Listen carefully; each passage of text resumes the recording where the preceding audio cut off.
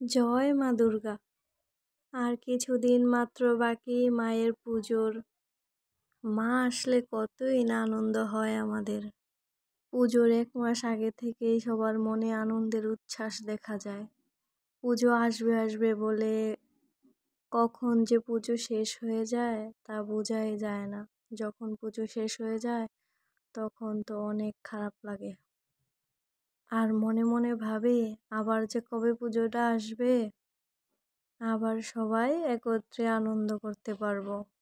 মা সবার মা। বাঙালিদের সবচেয়ে বড় পুজো হচ্ছে আমাদের মায়ের পূজা, দুর্গা পূজা।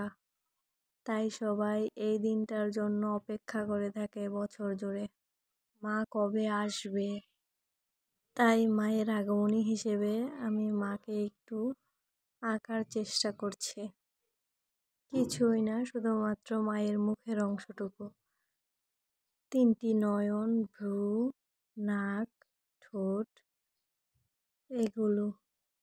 প্রথমে আমি ভ্রুগুলো এঁকে নিয়েছি, তারপর চোখগুলো, চোখের ভিতরের মণি এঁকে নিয়েছি, তারপরে নাক, মায়ের চাঁদ ফুটো, ঠোঁট সবকিছুই সুন্দর করে এঁকে নিয়েছি। মাকে দেখতে অনেক অপূর্ব লাগছিল, আর নাকের এই নথটা দেওয়াতে তো আরো অপূর্ব লাগছিল মাকে। আমি মাকে এঁকেছি অ্যাক্রিলিক কালার পেন্সিল দিয়ে। এটা দিয়ে অনেক সুন্দর করে আঁকা হয়েছে। আমার অনেক ভালো লেগেছে আঁকাটা।